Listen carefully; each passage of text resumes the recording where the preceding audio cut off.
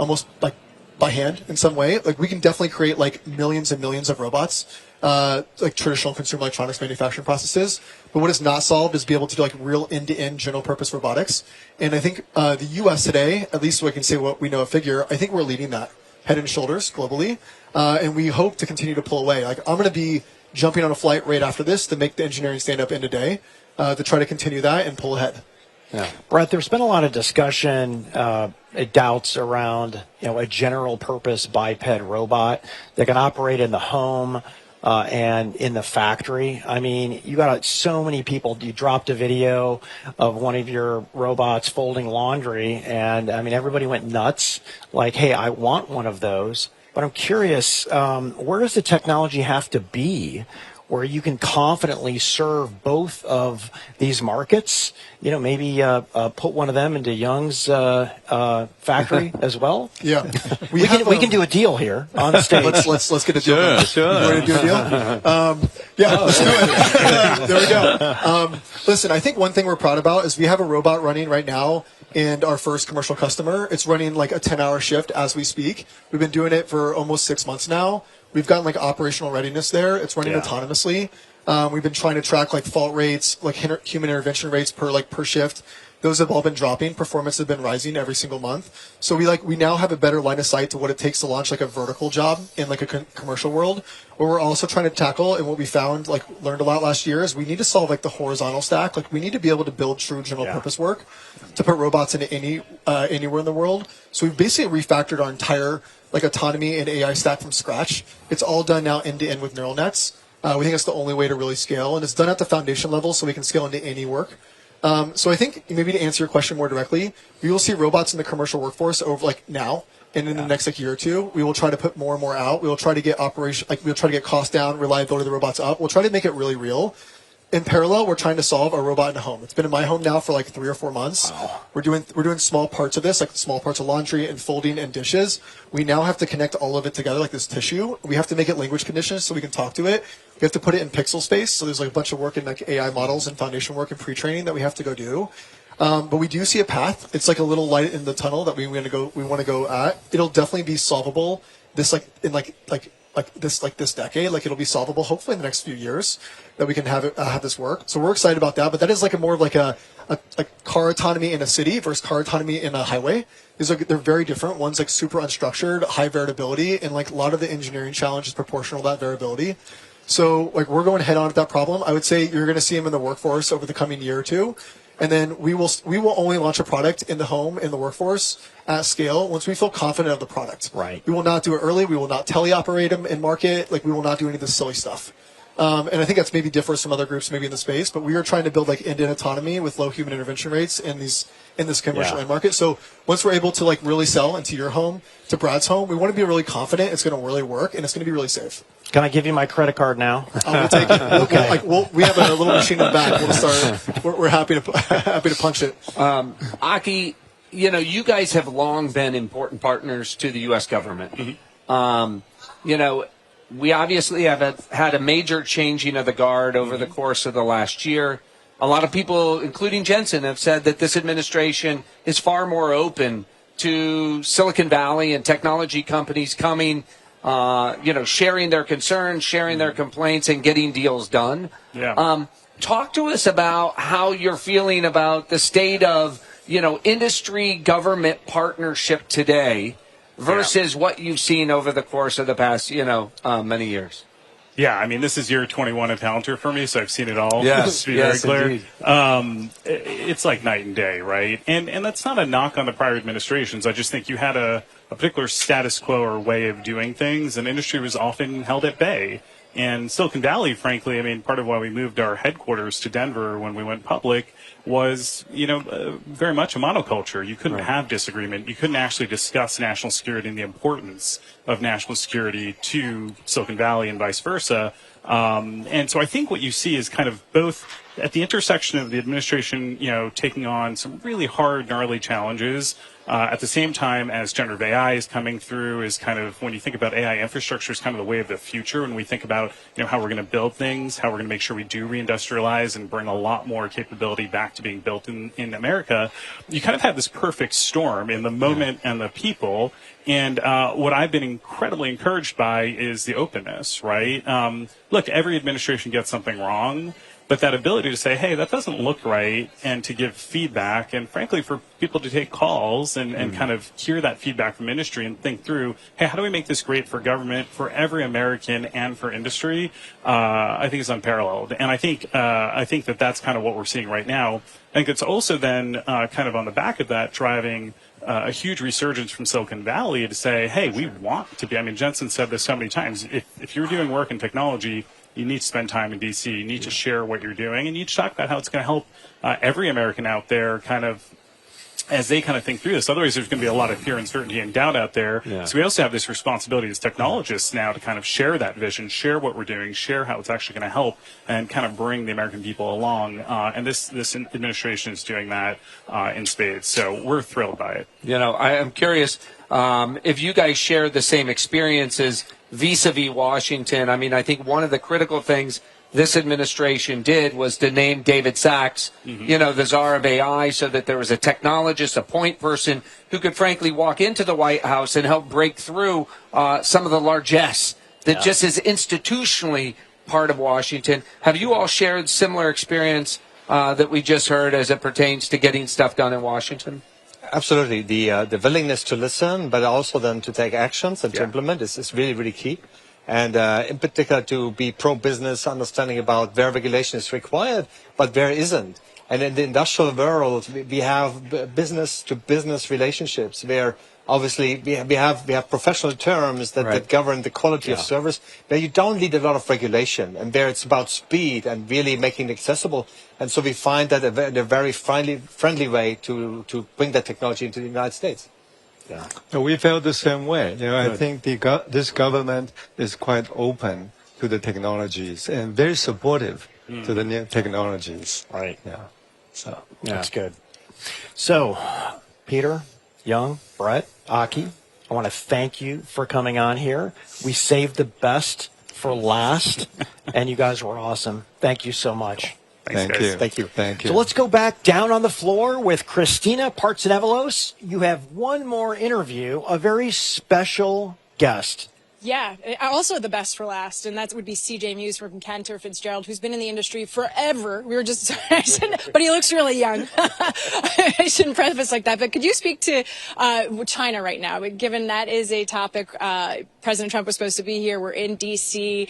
Some people say the market's moved on Monday with the NASDAQ really climbing because, there's maybe some positive outcome given Trump's comments over the weekend that, something may be worked out. So how are you looking at it from a chip analyst perspective, and how to read that for the market going forward? Yeah, absolutely. And Christina, thank you for having me first. But I would say China's a very important market, and we don't want to cede that to local competitors inside China. And so I do think that there is a deal as part of the grand bargain where Nvidia will be able to ship, as well as AMD, into China. And so I would assume the deal on Thursday, President Trump, President Xi will include the ability to ship GPUs. And so Jensen's hopping on a plane after GTC, and, I would imagine that will be an announcement that we hear on Thursday. That's pretty big. So you're telling our audience that you're expecting a positive outcome, which do you think is actually priced into a lot of these names then? I don't. I think, China's a very large market. You're talking $15+ billion, and I think that opens up. So, no, not priced in it at all. And that helps both NVIDIA as and well AMD. As AMD, yes. Okay. So that is good news for those that are watching and, figuring out which stocks to buy. And we're going to talk about just Washington and we're here, right? And this involves a lot of collaboration between policy leaders, really getting the president on board, the White House, the administration, which we know they already are, given all the initiatives thus far. But when you have these headlines from OpenAI or Nvidia or AMD, Intel, et cetera, they're building, they're collaborating, and yet you still need to bypass the red tape. You need to build in the ground. You need to find the power. Are you worried that perhaps the market is reacting too positively to news that these outcomes won't happen for another 10 years or so? Too positive? No. But I do think that we are now in the realm where, excuse me, AI is now part of infrastructure.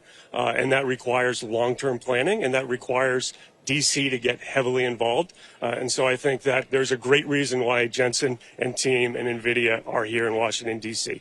AI is critical to compete globally, right, and we need Washington on board. And so I do hope that they understand that China is investing heavily, and if we don't want to fall behind, we need to remove the red tape. We need to enable investment, and that is the greatest thing that we could possibly do. So I would say building out data centers, so building power, enabling these data centers to be built. Those are the biggest kind of bottlenecks right now, outside of TSMC manufacturing GPUs. So that's the most critical part right now, and we need Washington, D.C.'s help. Yeah, but to build a nuclear reactor is not going to happen even in the next 2 years or so. So what, if you could be more specific, like what do we need to do here in the U.S. to improve that power grid? So I'd say remove the red tape, start investing today on power. Like that would be mission critical to get the job done. And it sounds like that is the direction we're going towards, which would mean that the power suppliers in the United States, again, for the investors watching and the names, the stocks that trade on that, there's still ample opportunity for growth, right? So is that, I know you focus on chips, but this could be really bullish for possibly. Power. I'm not sure what's priced into those stocks. Then let's go back to Nvidia really quickly. Just, you have earnings coming up. Is there anything major that you're expecting from the earnings report? I know we're a few years, and you haven't written your look ahead yet, your preview, I should say, but what would you be looking for? I think what's most important really is that Nvidia is sold out not only 2025, they're sold out 2026. So they have perfect line of sight to what they're going to do. And, at a very high level, we think they can do $8 of earnings next year. Street's at $6.50. If we're right, this stock is way too cheap, and it's going to push higher. Do you benefit if you're right? Something like that? I wish. No, I'm just curious how it works behind the scenes. Like, do you get a big bonus if you're that much higher and you're right? But maybe that's an offline comment, not for the public. On that note, CJ Muse, thank you so much, guys. Back over to you. Thanks for having me. So, Patrick, what were some of your big takeaways from today? Well, first of all, I appreciated us addressing the full stack. And who knows, maybe in a year there will be another element to the stack and we'll add another layer. I think it was just the comprehensiveness.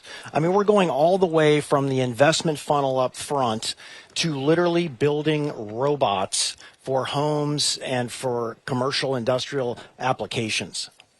I mean, for me, it was just an optimism for American AI. Yeah. Like, there's a reason we're doing this in Washington, D.C. They say that part of the success of Silicon Valley was that it was 3,000 miles away from Washington. Right. Today, everything is happening in partnership. I think this entire ecosystem is led incredibly by Nvidia and Jensen, who now understand the importance of coordinating with Washington and coordinating with each other, right? We're taking on something that is 10 times the size of the Manhattan Project, that is of profound consequence to our national security, our national economic security. I think it was a great choice to do it here in Washington. And what we heard, I thought, was both sober about the path ahead, that it's not going to be a line straight up and to the right, but that we have these phases that we're going to go through in terms of AI. And I leave here a lot more confident about the path ahead for the U.S. And about the coordination between Washington and Silicon Valley. Yeah, I'm with you there, Brad. I mean, the prosperity that we can provide, the diseases we can cure, and the amount of people we can put back to work, that's what I'm here for. No doubt about it. So, Christina, any final thoughts from you? It seems just after the last conversation I had with CJ Muse that we're going to expect some positive outcomes from the conversations in China, especially with Jensen traveling overseas to Korea. So I think that's maybe a positive thing to read into this. The other thing is Nokia.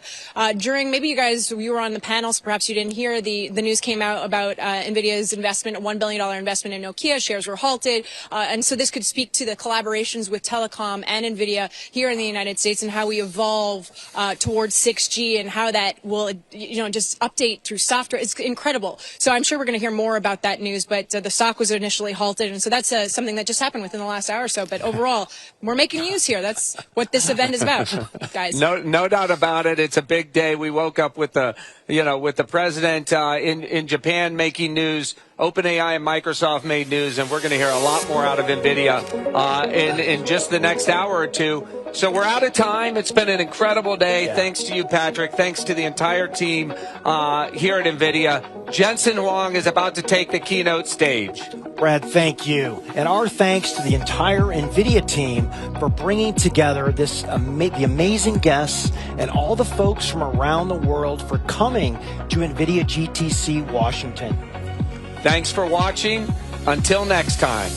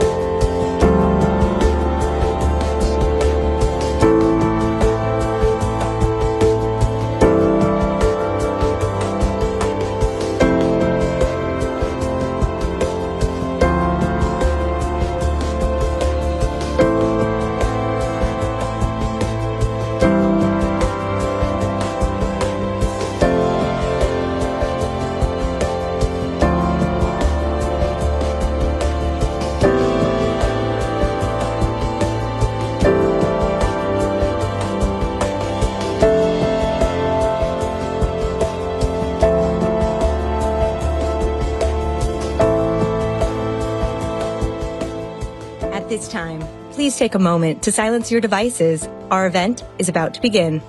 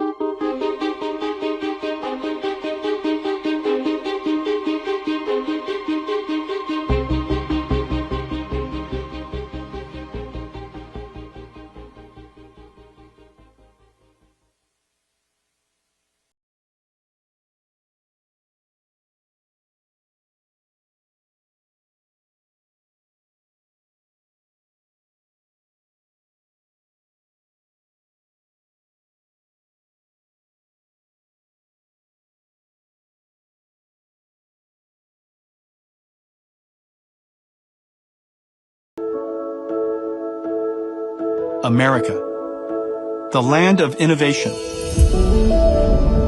where invention shaped destiny, and technology helped dreams take flight. At Bell Labs, the transistor was born, sparking the age of semiconductors and giving rise to Silicon Valley. Hedy Lamarr reimagined communication, paving the way for wireless connectivity. IBM's System 360 put a universal computer at the heart of industry. Intel's microprocessor drove the digital age forward. And Cray's supercomputers expanded the frontiers of science. So we think we're at the beginning of something with this technology, and we're going to go just as fast as we can. Apple made computing personal. Hello, I am Macintosh. Microsoft opened the window to a new world of software.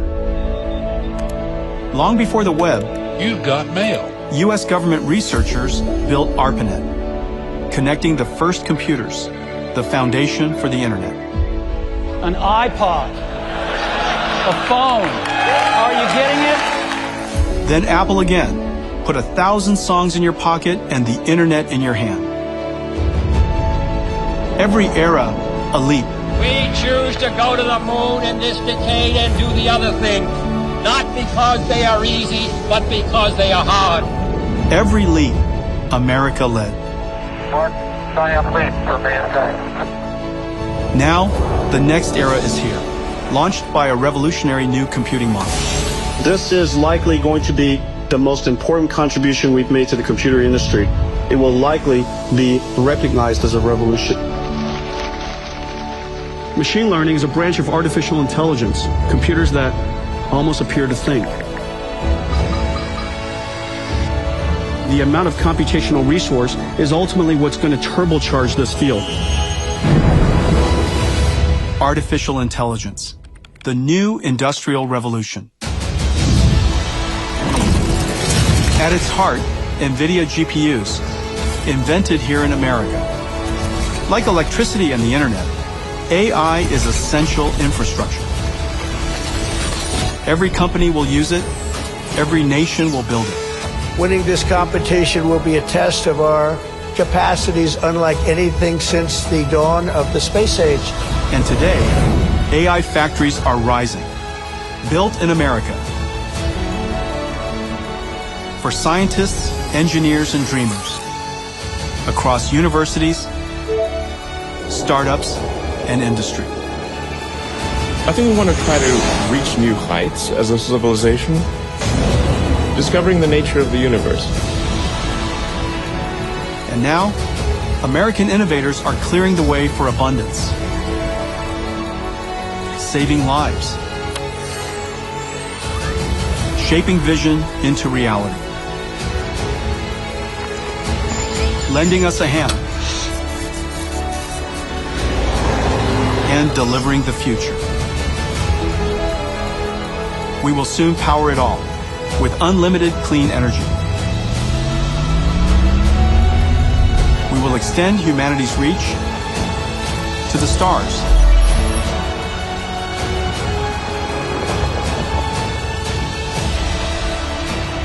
This is America's next Apollo moment.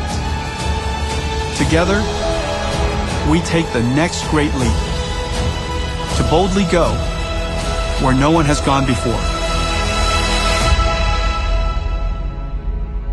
And here is where it all begins.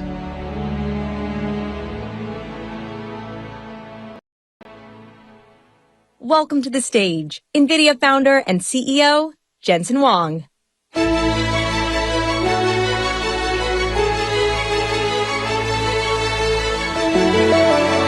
Washington, D.C.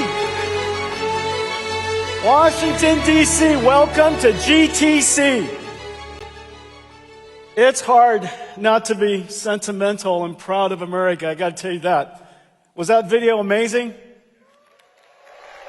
Thank you. NVIDIA's creative team does an amazing job. Welcome to GTC. We have a lot to cover with you today. GTC is where we talk about industry, science, computing, the present, and the future. So I've got a lot to cover with you today. But before I start, I want to thank all of our partners who helped sponsor this great event. You'll see all of them around the show. They're here to meet with you. And really great. We couldn't do what we do without all of our ecosystem partners. This is the Super Bowl of AI, people say.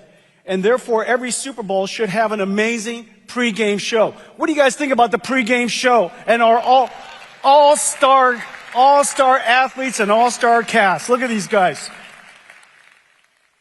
Somehow, I turned out the buffest. What do you guys think? I don't know if I had something to do with that.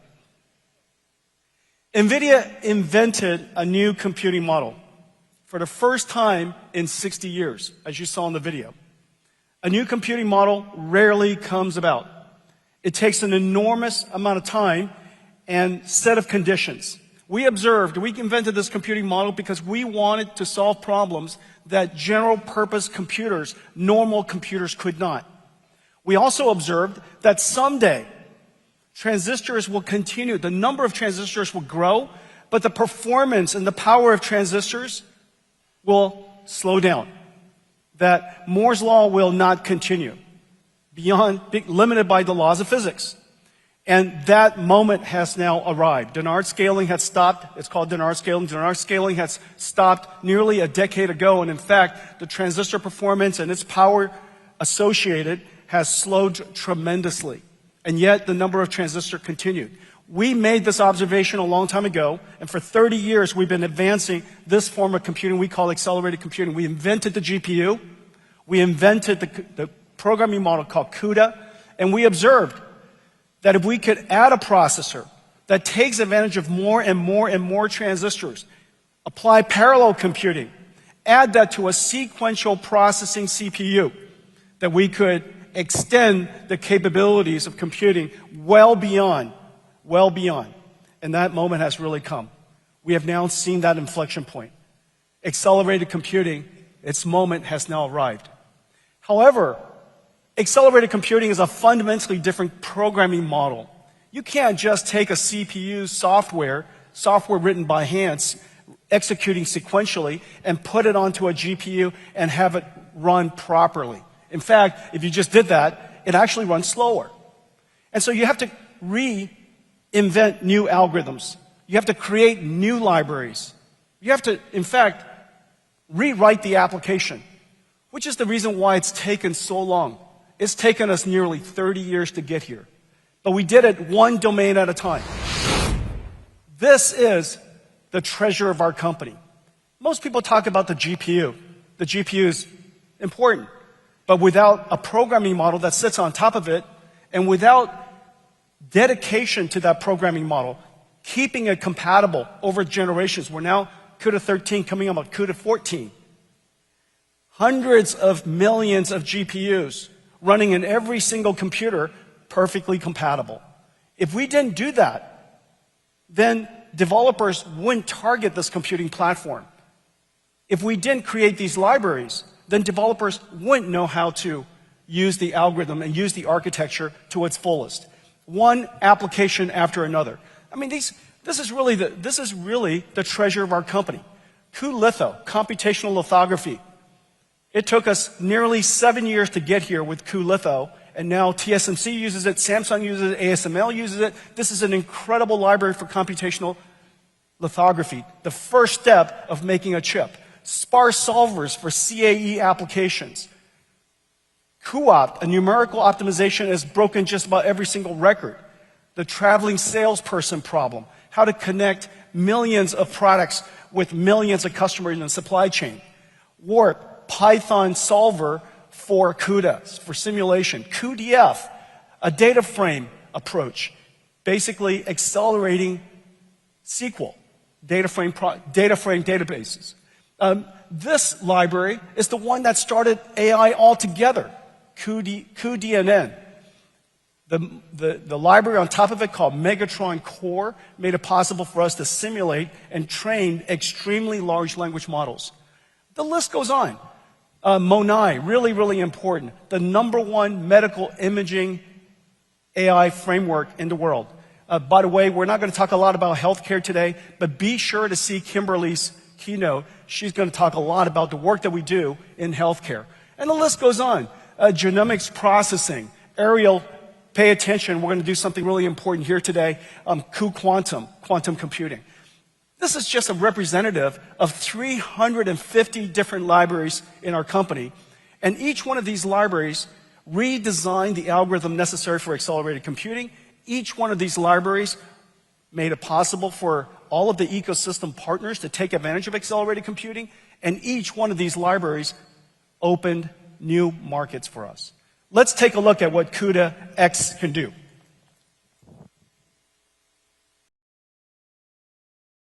Ready, go!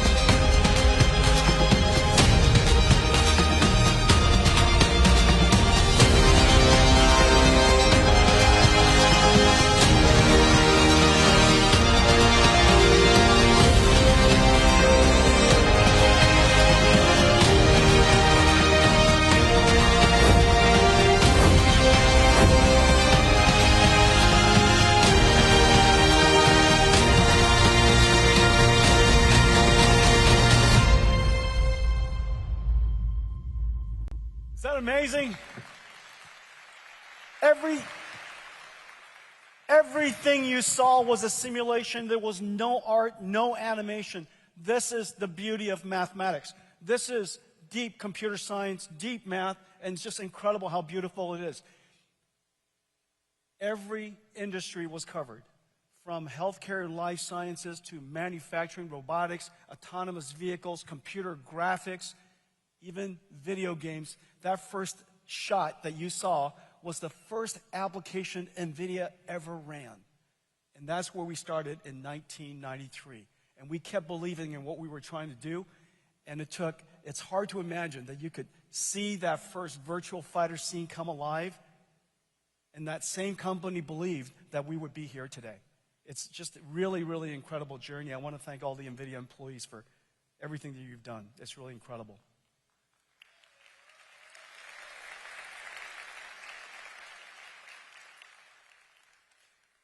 We have a lot of industries to cover today. I'm going to cover AI, 6G, quantum, models, enterprise computing, robotics, and factories. Let's get started. We have a lot to cover, a lot of big announcements to make, a lot of new partners that would very much surprise you. Telecommunications is the backbone, the lifeblood of our economy, our industries, our national security. And yet, ever since the beginning of wireless, where we defined the technology, we defined the global standards, we exported American technology all around the world so that the world can build on top of American technology and standards. It has been a long time since that's happened. Wireless technology around the world, largely today, deployed on foreign technologies. Our fundamental communication fabric built on foreign technologies. That has to stop. And we have an opportunity to do that, especially during this fundamental platform shift. As you know, computer technology is at the foundation of literally every single industry. It is the single most important instrument of science. It's the single most important instrument of industry. And I just said, we're going through a platform shift. That platform shift should be the once-in-a-lifetime opportunity for us to get back into the game, for us to start innovating with American technology. Today we're announcing that we're going to do that. We have a big partnership with Nokia. Nokia is the second largest telecommunications maker in the world. It's a $3 trillion industry. Infrastructure is hundreds of billions of dollars. There are millions of base stations around the world. If we could partner, we could build on top of this incredible new technology, fundamentally based on accelerated computing and AI, and for the United States, for America to be at the center of the next revolution in 6G. So today we're announcing that Nvidia has a new product line. It's called the Nvidia ARC, the Aerial Radio Network Computer. Aerial RAN Computer, ARC. ARC is built from three fundamental new technologies: the Gray CPU, the Blackwell GPU, and our ConnectX, Mellanox ConnectX networking designed for this application. And all of that makes it possible for us to run this library, this CUDA-X library that I mentioned earlier called Aerial. Aerial is essentially a wireless communication system running on top of CUDA-X. We're going to create, for the first time, a software-defined, programmable computer that's able to communicate wirelessly and do AI processing at the same time. This is completely revolutionary. We call it Nvidia ARC. And Nokia is going to work with us to integrate our technology, rewrite their stack. This is a company with 7,000 fundamental, essential 5G patents. Hard to imagine any greater leader in telecommunications. So we're going to partner with Nokia. They're going to make Nvidia ARC their future base station. Nvidia ARC is also compatible with AirScale, the current Nokia base stations.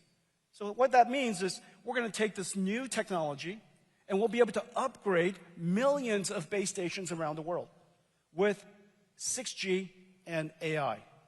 Now, 6G and AI is really quite fundamental in the sense that for the first time, we'll be able to use AI technology, AI for RAN, to make radio communications more spectral efficient. Using artificial intelligence, reinforcement learning, adjusting the beamforming in real time in context, depending on the surroundings and the traffic and the mobility, the weather.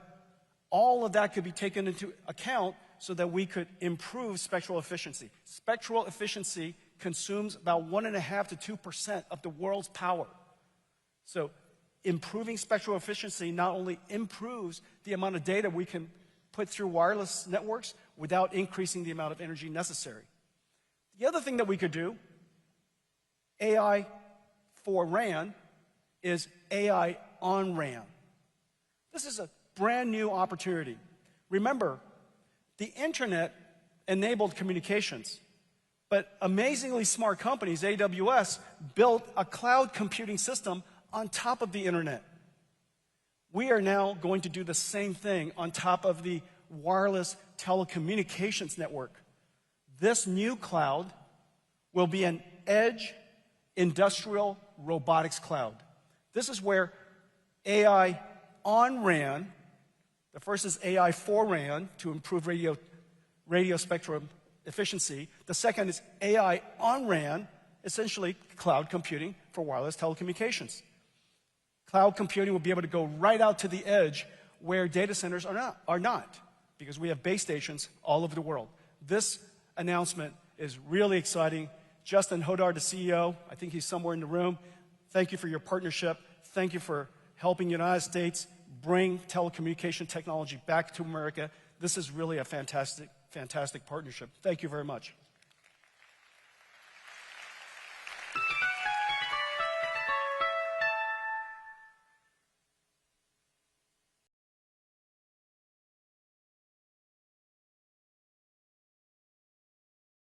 That's the best way to celebrate Nokia. Let's talk about quantum computing. 1981, particle physicist, quantum physicist Richard Feynman imagined a new type of computer that can simulate nature directly. To simulate nature directly. Because nature is quantum. He called it a quantum computer. 40 years later, the industry has made a fundamental breakthrough. 40 years later, just last year, a fundamental breakthrough. It is now possible to make one logical qubit. One logical qubit.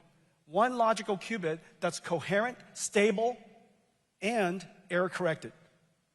In the past, now that one logical qubit consists of, could be sometimes tens, sometimes hundreds of physical qubits, all working together. As you know, qubits, these particles are incredibly fragile. They could be unstable very easily. Any observation, any sampling of it, any environmental condition causes it to become decoherent. And so it takes extraordinarily well-controlled environments and now also a lot of different physical qubits for them to work together and for us to do error correction on these, what are called auxiliary or syndrome qubits, for us to error correct them and infer what that logical qubit state is. There are all kinds of different types of quantum computers. Superconducting, photonic, trapped ion, stable atom, all kinds of different ways to create a quantum computer. Well, we now realize that it's essential for us to connect a quantum computer directly to a GPU supercomputer so that we could do the error correction, so that we could do the artificial intelligence calibration and control of the quantum computer, and so that we could do simulations collectively, working together, the right algorithms running on the GPUs, the right algorithms running on the QPUs, and the two processors, the two computers working side by side. This is the future of quantum computing. Let's take a look. There are many ways to build a quantum computer. Each uses qubits, quantum bits, as its core building block.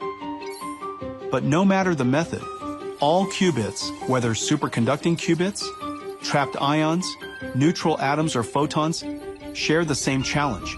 They're fragile and extremely sensitive to noise. Today's qubits remain stable for only a few hundred operations. But solving meaningful problems requires trillions of operations. The answer is quantum error correction. Measuring disturbs a qubit, which destroys the information inside it. The trick is to add extra qubits entangled so that measuring them gives us enough information to calculate where errors occurred without damaging the qubits we care about. It's brilliant, but needs beyond state-of-the-art conventional compute. That's why we built NVQLink, a new interconnect architecture that directly connects quantum processors with Nvidia GPUs. Quantum error correction requires reading out information from qubits, calculating where errors occur, and sending data back to correct them. NVQLink is capable of moving terabytes of data to and from quantum hardware, the thousands of times every second needed for quantum error correction. At its heart is CUDA-Q, our open platform for quantum GPU computing. Using NVQLink and CUDA-Q, researchers will be able to do more than just error correction.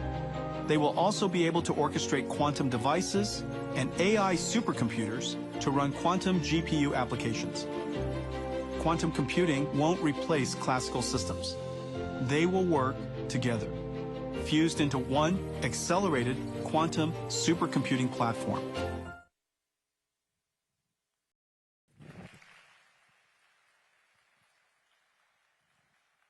Wow, this is a really long stage.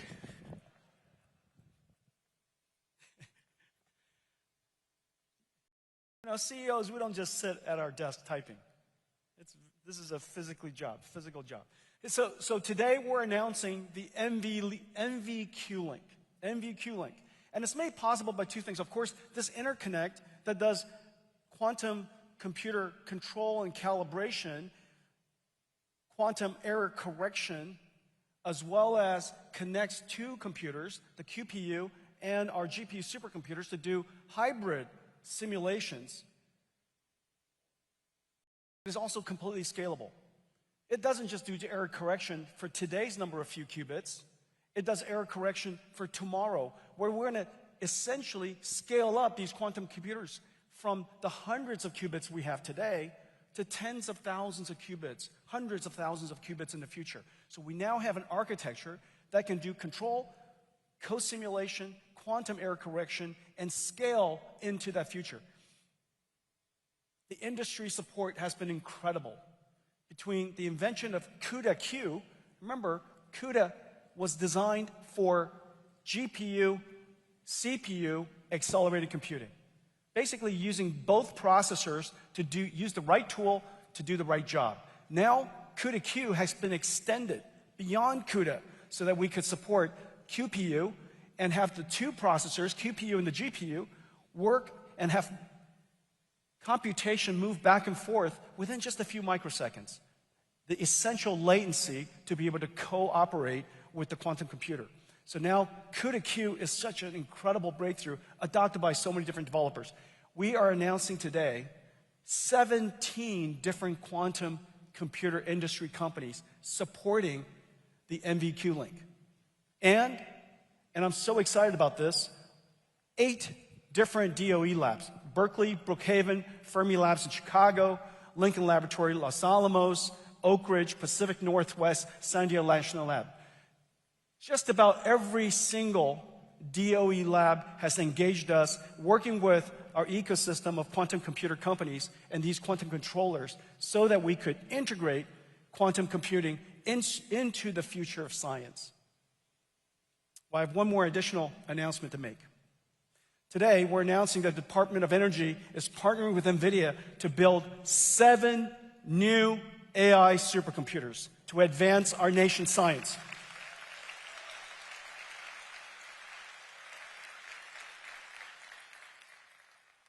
I have to have a shout out for Secretary Chris Wright. He has brought so much energy to the DOE, a surge of energy, a surge of passion to make sure that America leads science again. As I mentioned, computing is the fundamental instrument of science, and we are going through several platform shifts. On the one hand, we're going to accelerated computing. That's why every future supercomputer will be GPU-based supercomputer. We're going to AI, so that AI and principled solvers, principled simulation, principled physics simulation is not going to go away, but it could be augmented, enhanced, scaled, use surrogate models, AI models, working together. We also know that principal solvers, classical computing, could be enhanced to understand the state of nature using quantum computing. We also know that in the future, we have so much signal, so much data we have to sample from the world, remote sensing is more important than ever. And these laboratories are impossible to experiment at the scale and speed we need to unless they're robotic factories, robotic laboratories. So all of these different technologies are coming into science at exactly the same time. Secretary Wright understands this, and he wants the DOE to take this opportunity to supercharge themselves and make sure the United States stay at the forefront of science. I want to thank all of you for that. Thank you.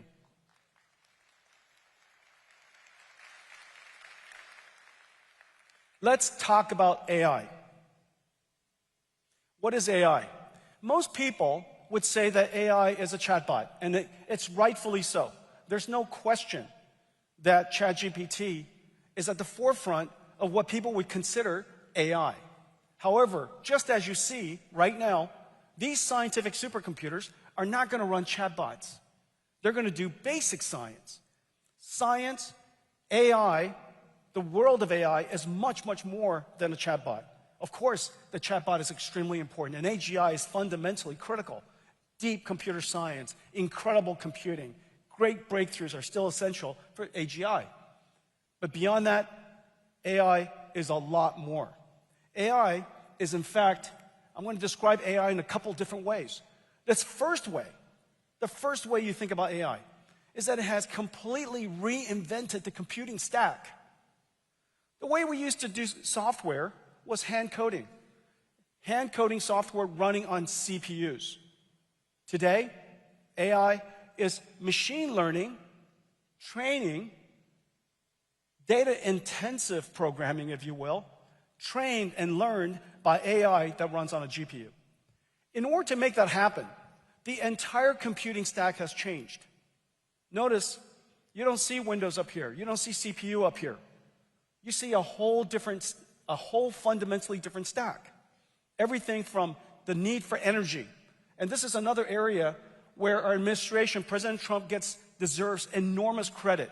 His pro-energy initiative, his recognition that this industry needs energy to grow. It needs energy to advance, and we need energy to win. His recognition of that and putting the weight of the nation behind pro-energy growth completely changed the game. If this didn't happen, we could have been in a bad situation. And I want to thank President Trump for that.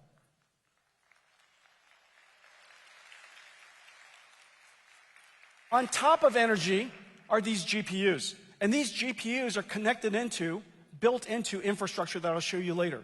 On top of this infrastructure, which consists of giant data centers like easily many times the size of this room, an enormous amount of energy, which then transforms the energy through this new machine called GPU supercomputers to generate numbers. These numbers are called tokens. The language, if you will, the computational unit, the vocabulary of artificial intelligence. You can tokenize almost anything. You can tokenize, of course, the English word. You can tokenize images. That's the reason why you're able to recognize images or generate images. Tokenize video, tokenize 3D structures. You could tokenize chemicals and proteins and genes. You could tokenize cells. Tokenize almost anything with structure, anything with information content.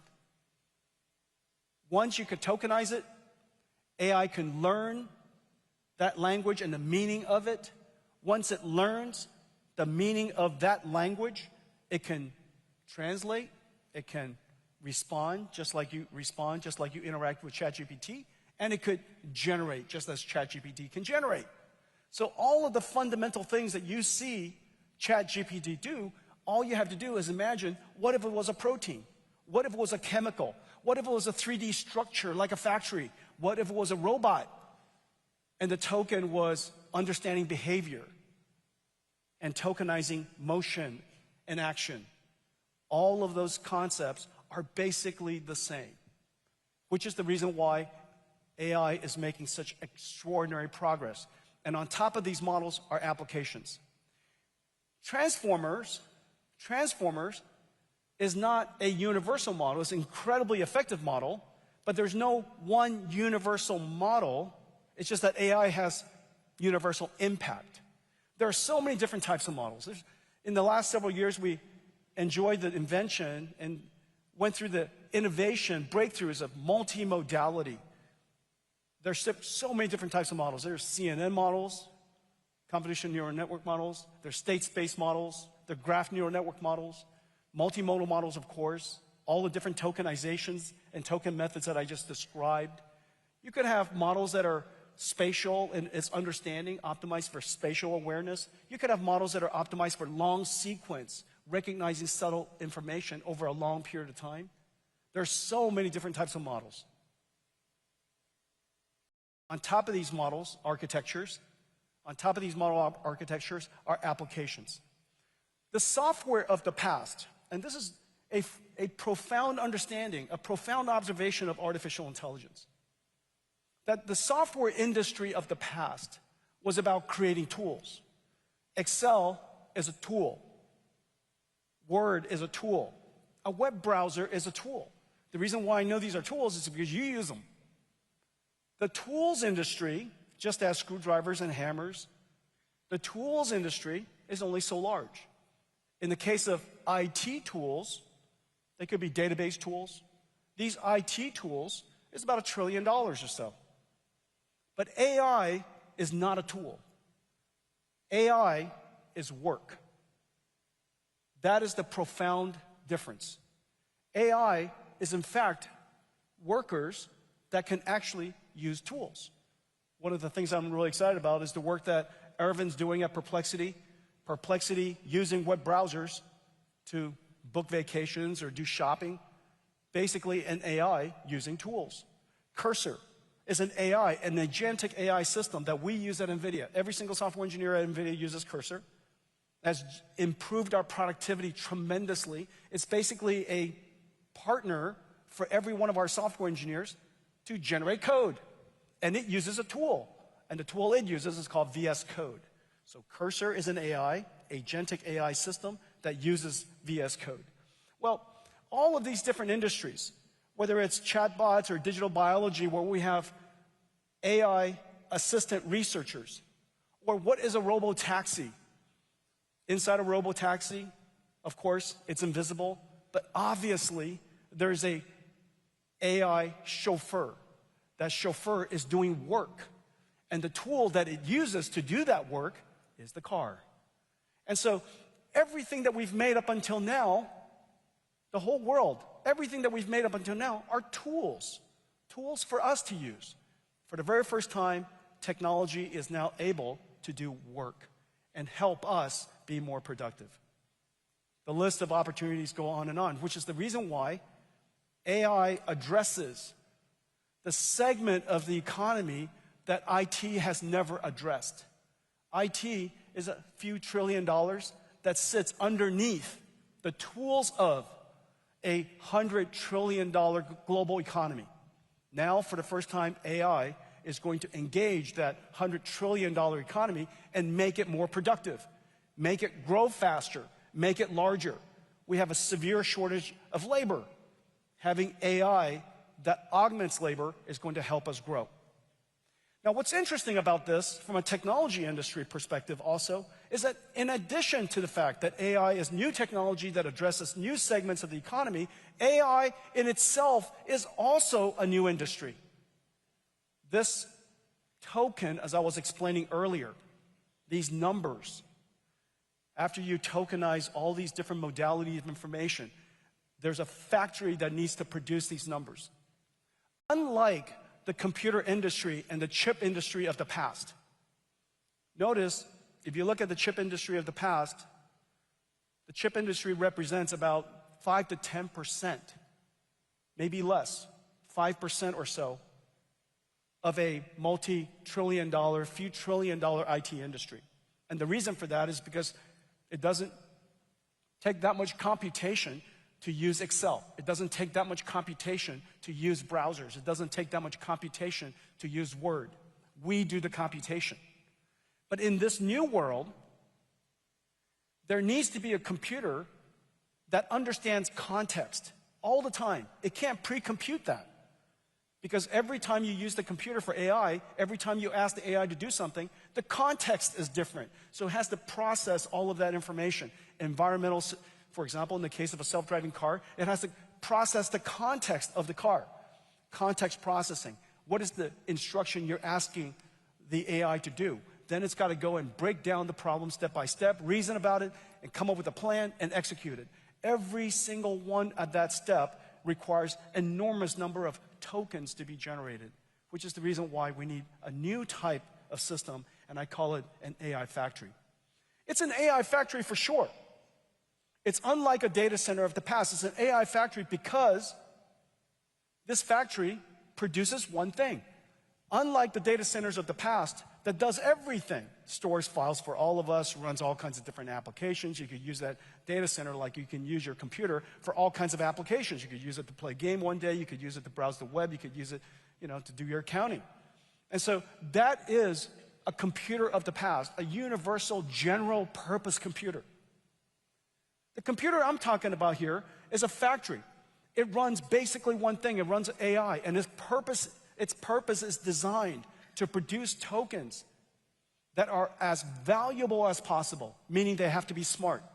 And you want to produce these tokens at incredible rates because when you ask an AI for something, you would like it to respond.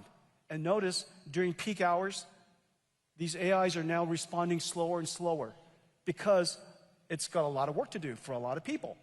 And so you want it to produce valuable tokens at incredible rates, and you want it to produce it cost effectively. Every single word that I used are consistent with an AI factory, with a car factory, or any factory. It is absolutely a factory. And these factories never existed before. And inside these factories are mountains and mountains of chips. Which brings to today. What happened in the last couple of years? And in fact, what happened this last year? Something fairly profound happened this year, actually. If you look, in the beginning of the year, everybody has some attitude about AI. That attitude is generally, this is going to be big, it's going to be the future, and somehow, a few months ago, it kicked into turbocharge. And the reason for that is several things. The first is that we, in the last couple of years, have figured out how to make AI much, much smarter. Rather than just pre-training basically says, let's take all of the information that humans have ever created, let's give it to the AI to learn from. It's essentially memorization and generalization. It's not unlike going to school back when we were kids. The first stage of learning. Pre-training was never meant, just as preschool was never meant to be the end of education. Pre-training, preschool, was simply teaching you the basic skills of intelligence so that you can understand how to learn everything else. Without vocabulary, without understanding of language and how to communicate, how to think, it's impossible to learn everything else. The next is post-training. Post-training, after pre-training, is teaching you skills. Skills to solve problems, break down problems, reason about it, how to solve math problems, how to code, how to think about these problems step by step. Use first principle reasoning. And then after that is where computation really kicks in. As you know, for many of us, we went to school, and that's, in my case, decades ago. But ever since, I've learned more, thought about more, and the reason for that is because we're constantly grounding ourselves in new knowledge, we're constantly doing research, and we're constantly thinking. Thinking is really what intelligence is all about. And so now we have three fundamental technology skills. We have these three technologies, pre-training, which still requires enormous amount of computation. We now have post-training, which uses even more computation. And now thinking puts incredible amounts of computation load on the infrastructure because it's thinking on our behalf for every single human. So the amount of computation necessary for AI to think, inference, is really quite extraordinary. Now, I used to hear people say that inference is easy. Nvidia should do training. Nvidia's going to do, they're really good at this, so they're going to do training. That inference was easy. How could thinking be easy? Regurgitating memorized content is easy. Regurgitating the multiplication table is easy. Thinking is hard, which is the reason why these three scales, these three new scaling laws, which is all of it in full steam, has put so much pressure on the amount of computation. Now, another thing has happened. From these three scaling laws, we get smarter models. And these smarter models need more compute. But when you get smarter models, you get more intelligence, people use it.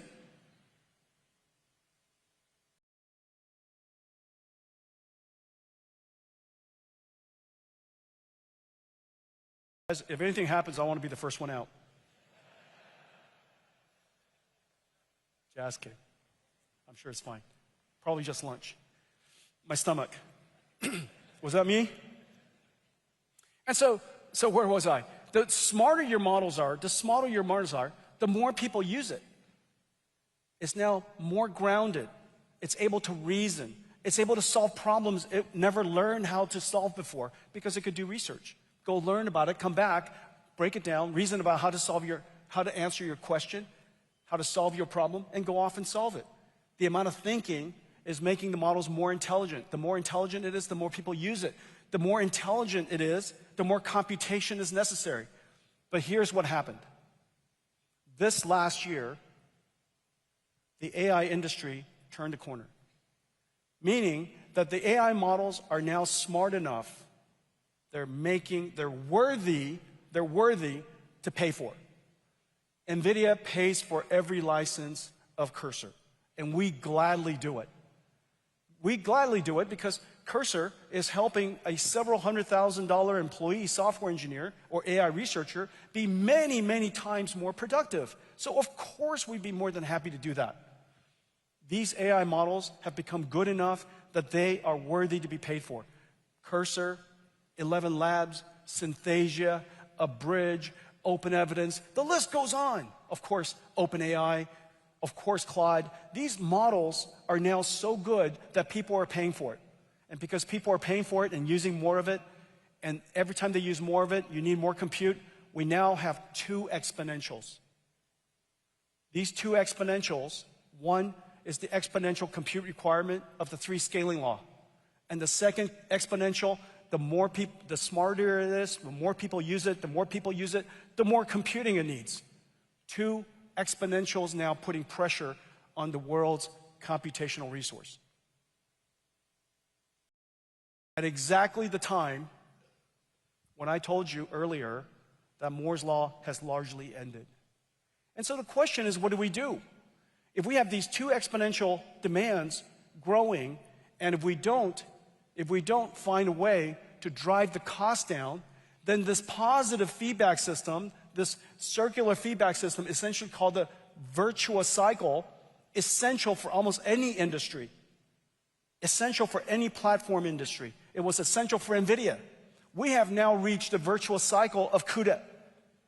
The more applications people create, the more valuable CUDA is. The more valuable CUDA is, the more CUDA computers are purchased.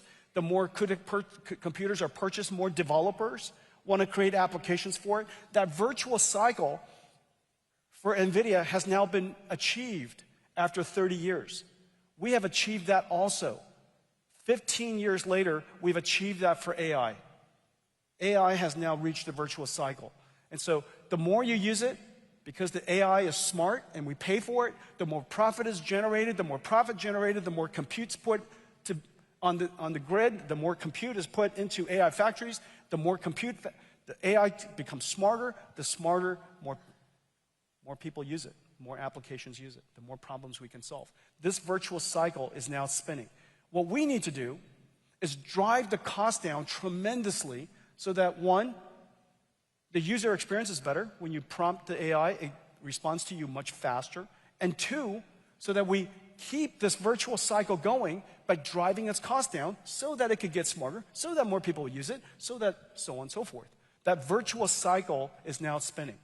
But how do we do that when Moore's Law has really reached this limit?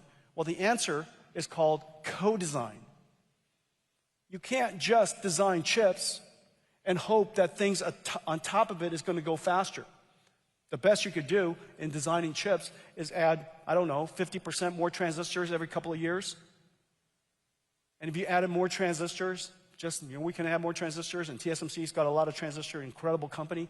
We'll just keep adding more transistors. However, that's all in percentages, not exponentials. We need to compound exponentials to keep this virtual cycle going. We call it extreme co-design.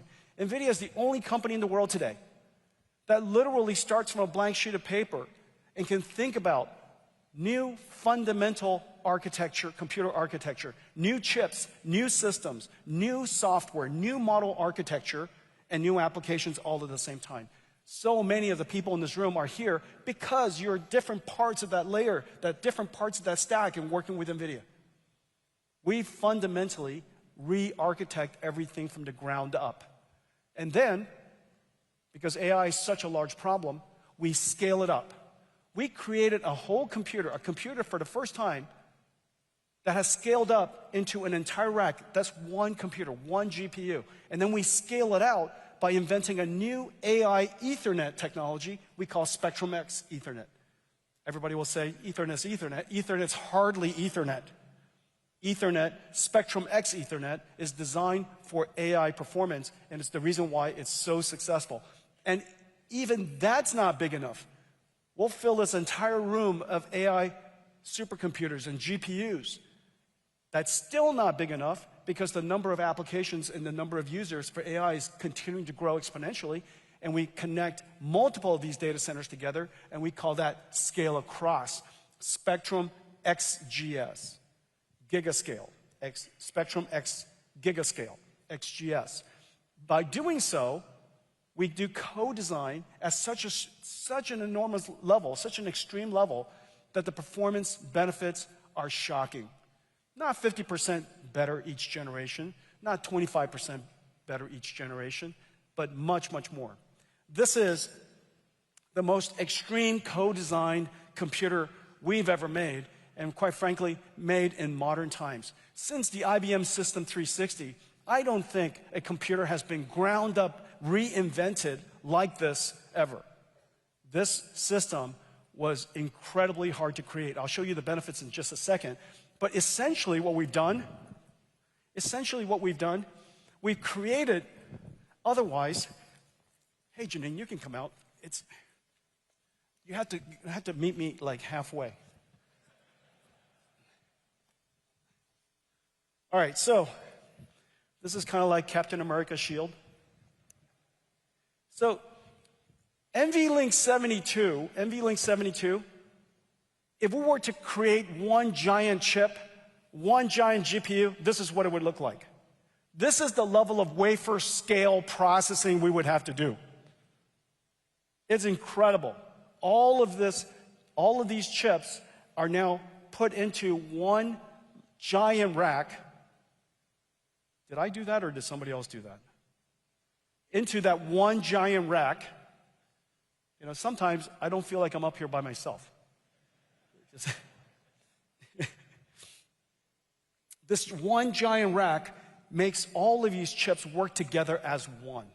It's actually completely incredible. And I'll show you the benefits of that. The way it looks is this. So, thanks, Janine. I like this. Yeah. All right, ladies and gentlemen, Janine Paul.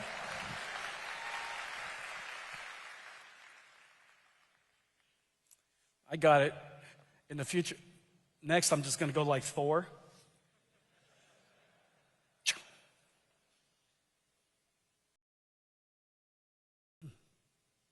It's like when you're at home and you can't reach the remote and you just go like this and somebody brings it to you.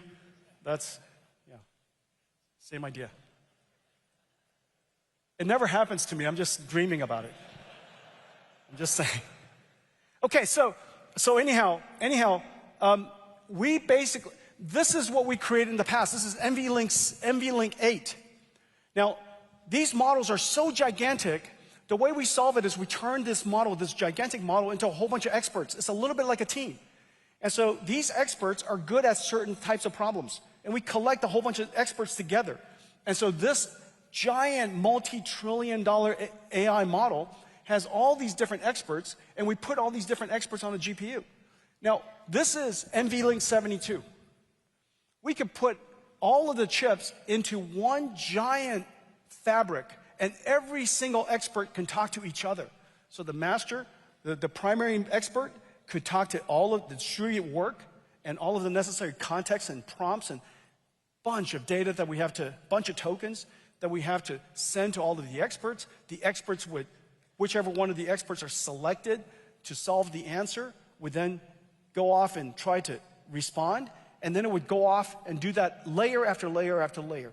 Sometimes 8, sometimes 16, and sometimes these experts, sometimes 64, sometimes 256. But the point is, there are more and more and more experts. Well, here, NVLink 72, we have 72 GPUs. And because of that, we could put 4 experts in one GPU. The most important thing you need to do for each GPU is to generate tokens, which is the amount of bandwidth that you have in HBM memory. We have one GPU generating thinking for 4 experts, versus here, because each one of the computers can only put 8 GPUs, we have to put 32 experts into one GPU. So this one GPU has to think for 32 experts, versus this system, each GPU only has to think for 4. And because of that, the speed difference is incredible. And this just came out. This is the benchmark done by Semi-Analysis. They do a really, really thorough job. And they benchmarked all of the GPUs that are benchmarkable. And it turns out it's not that many. If you look at the list of GPUs you could actually benchmark, is like 90% Nvidia. Okay, so we're comparing ourselves to ourselves, but the second best GPU in the world is the H200 and runs all the workload. Grace Blackwell per GPU is 10 times the performance. Now, how do you get 10 times the performance when it's only twice the number of transistors? Well, the answer is extreme co-design. And by understanding the nature of the future of AI models, and we're thinking across that entire stack, we can create architectures for the future. This is a big deal. It says we can now respond a lot faster, but this is an even bigger deal. This next one, look at this. This says that the lowest cost tokens in the world are generated by Grace Blackwell NVLink 72, the most expensive computer. On the one hand, GB200 is the most expensive computer. On the other hand, its token generation capability is so great that it produces it at the lowest cost, because the tokens per second divided by the total cost of ownership of Grace Blackwell is so good. It is the lowest cost way to generate tokens. By doing so, delivering incredible performance, 10 times the performance, delivering 10 times lower cost, that virtuous cycle can continue. Which then brings me to this one. I just saw this literally yesterday. This is the CSP CapEx. People are asking me about CapEx these days. And this is a good way to look at it. In fact, the CapEx of the top 6 CSPs, and this one is Amazon, CoreWeave, Google, Meta, Microsoft, and Oracle. Okay, these CSPs together are going to invest this much in CapEx. And I would tell you, the timing couldn't be better. And the reason for that is now we have the Grace Blackwell NVLink 72 in all volume production, supply chain everywhere in the world is manufacturing it. So we can now deliver to all of them this new architecture so that the CapEx invests in instruments, computers that deliver the best TCO. Now, underneath this, there are 2 things that are going on. So when you look at this, it's actually fairly extraordinary, and it's fairly extraordinary anyhow. But what's happening underneath is this. There are 2 platform shifts happening at the same time. One platform shift is going from general purpose computing to accelerated computing. Remember, accelerated computing, as I mentioned to you before, it does data processing, it does image processing, computer graphics, it does computation of all kinds. It runs SQL, runs Spark, it runs, you ask it, you tell us what you need to have run, and I'm fairly certain we have an amazing library for you. You could be, a data center trying to make masks to manufacture semiconductors. We have a great library for you. And so underneath, irrespective of AI, the world is moving from general purpose computing to accelerated computing, irrespective of AI. And in fact, many of the CSPs already have services that have been here long ago before AI. Remember, they were invented in the era of machine learning. Classical machine learning algorithms like XGBoost, algorithms like data frames that are used for recommender systems, collaborative filtering, content filtering. All of those technologies were created in the old days of general purpose computing. Even those algorithms, even those architectures are now better with accelerated computing.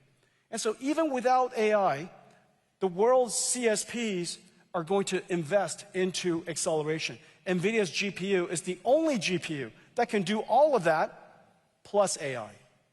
An ASIC might be able to do AI, but it can't do any of the others. Nvidia could do all of that, which explains why it is so safe to just lean into Nvidia's architecture. We have now reached our virtuous cycle, our inflection point. And this is quite extraordinary. I have many partners in the room, and all of you are part of our supply chain, and I know how hard you guys are working. I want to thank all of you, how hard you are working. Thank you very much.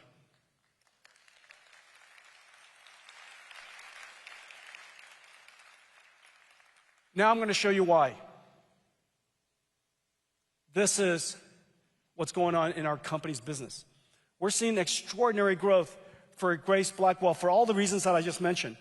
It's driven by two exponentials. We now have visibility. I think we're probably the first technology company in history to have visibility into $500 billion of cumulative Blackwell and early ramps of Rubin through 2026. And as you know, 2025 is not over yet, and 2026 hasn't started. This is how much business is on the books. $500 billion worth so far. Now this is, out of that, we've already shipped 6 million of the Blackwells in the first several quarters. I guess the first 4 quarters of production, 3.5 quarters of production. We still have 1 more quarter to go for 2025, and then we have 4 quarters. So the next 5 quarters, there's $500 billion, $500 billion.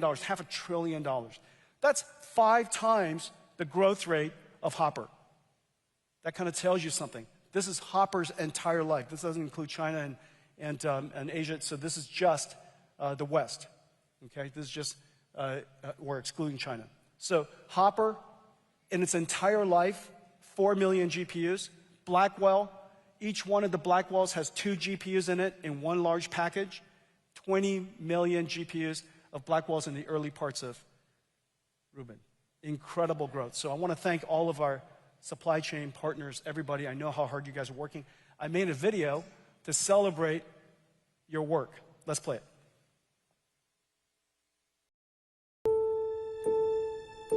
The age of AI has begun. Blackwell is its engine, an engineering marvel. In Arizona, it starts as a blank silicon wafer.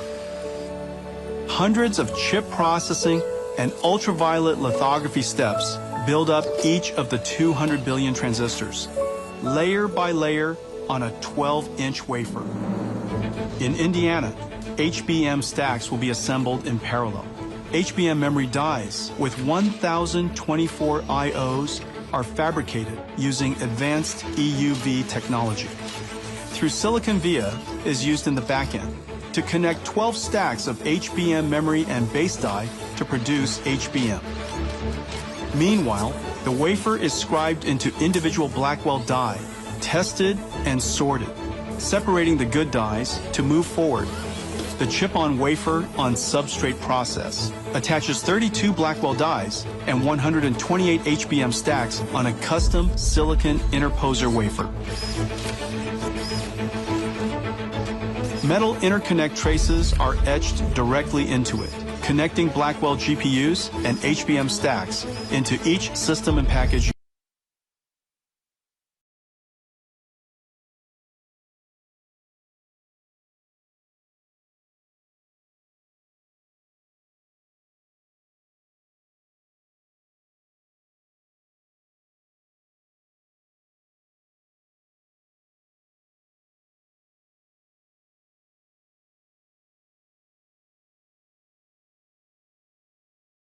for offloading and accelerating networking, storage, and security are carefully assembled into GB300 compute trays.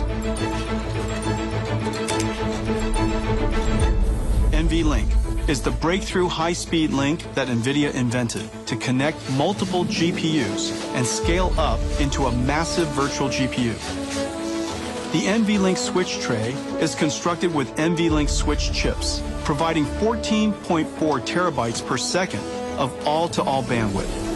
NVLink spines form a custom blind-mated backplane with 5,000 copper cables connecting all 72 Blackwells, or 144 GPU dies, into one giant GPU, delivering 130 terabytes per second of all-to-all bandwidth, nearly the global internet's peak traffic.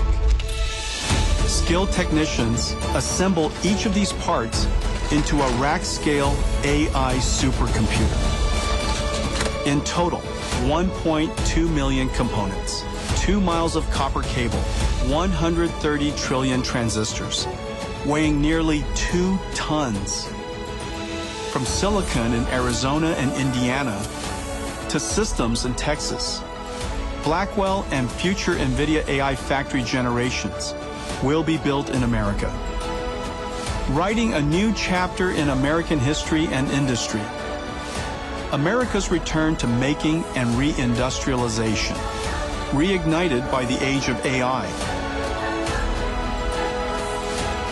The age of AI has begun.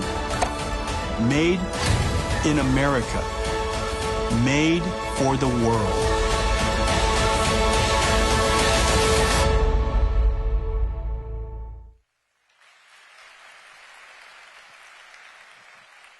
We are manufacturing in America again. It is incredible. The first thing that President Trump asked me for is bring manufacturing back.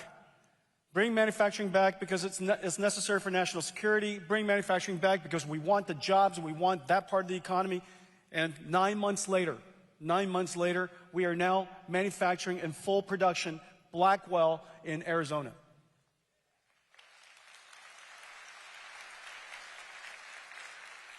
Extreme Blackwell, GB200, Grace Blackwell, NVLink 72, Extreme co-design gives us 10x generationally. It's utterly incredible. Now, the part that's really incredible is this. This is the first AI supercomputer we made. This is in 2016 when I delivered it to a startup in San Francisco, which turned out to have been OpenAI. This was the computer. And in order to create that computer, we designed one chip. We designed one new chip. In order for us to do co-design now, look at all of the chips we have to do. This is what it takes. You're not going to take one chip and make a computer 10 times faster. That's not going to happen. The way to make computers 10 times faster so that we can keep increasing the performance exponentially, we can keep driving costs down exponentially, is extreme co-design and working on all these different chips at the same time. We now have Rubin back home. This is Rubin. This is the Vera Rubin and Rubin. Ladies and gentlemen, Rubin.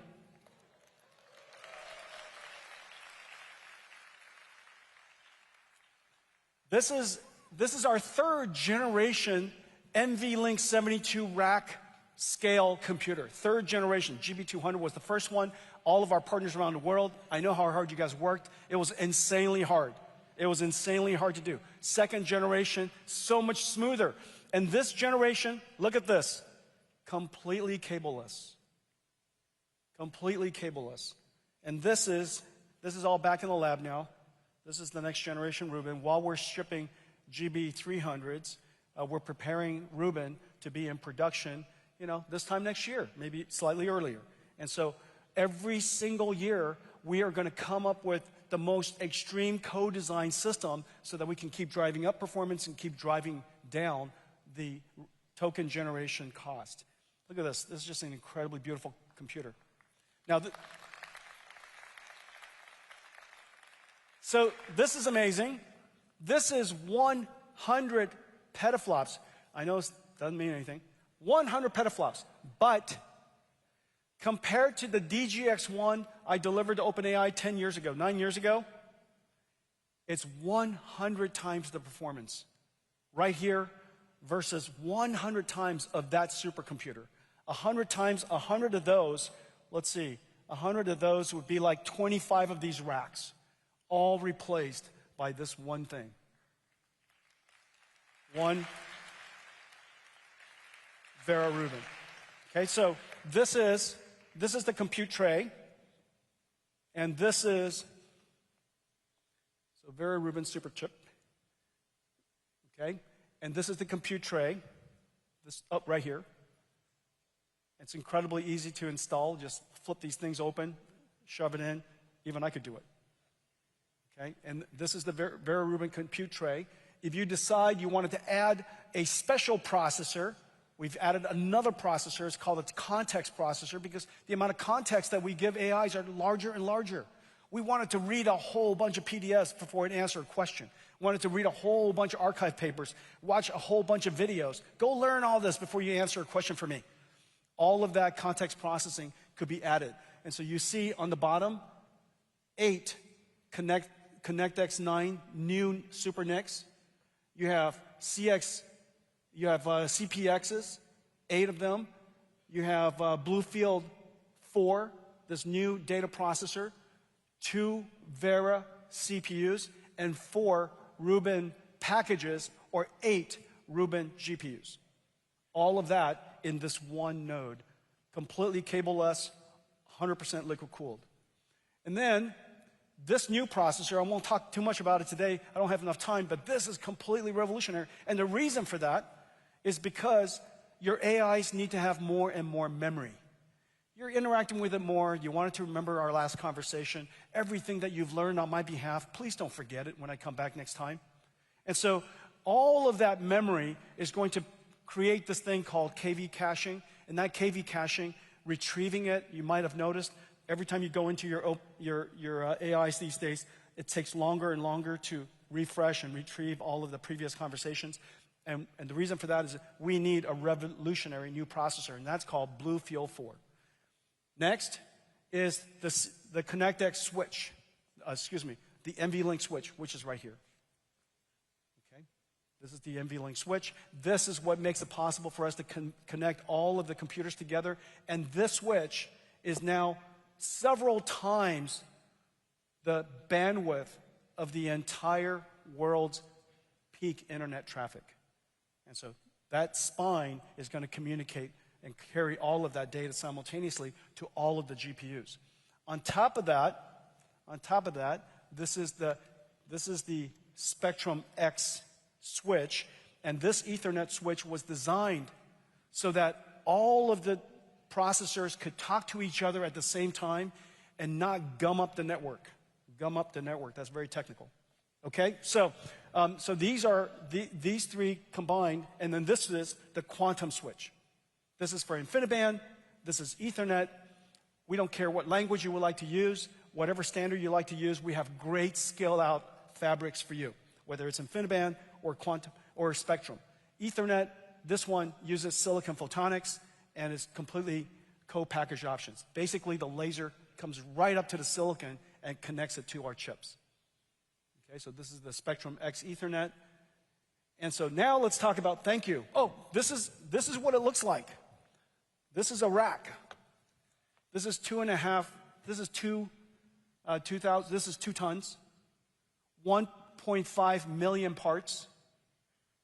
And the spine, this spine right here, carries the entire internet traffic in 1 second. Same speed, moves across all of these different processors. 100% liquid cooled. All for the, fastest token generation rate in the world. Okay, so that's what a rack looks like. Now, that's one rack. A gigawatt data center would have, call it, let's see, 16 racks would be 1,000, and then 500 of those. So whatever, 500 times 16. And so call it 9,000 of these, 8,000 of these would be a 1 gigawatt data center. Okay? And so that's a future AI factory. Now, As you notice, NVIDIA started out by designing chips, and then we started to design systems, and we designed AI supercomputers. Now we're designing entire AI factories. Every single time we move out and we integrate more of the problem to solve, we come up with better solutions. We now build entire AI factories. This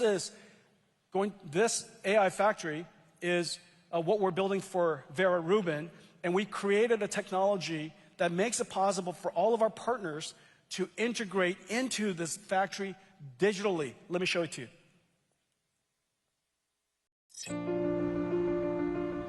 The next industrial revolution is here. And with it, a new kind of factory. AI infrastructure is an ecosystem-scale challenge, requiring hundreds of companies to collaborate. Nvidia Omniverse DSX is a blueprint for building and operating gigascale AI factories.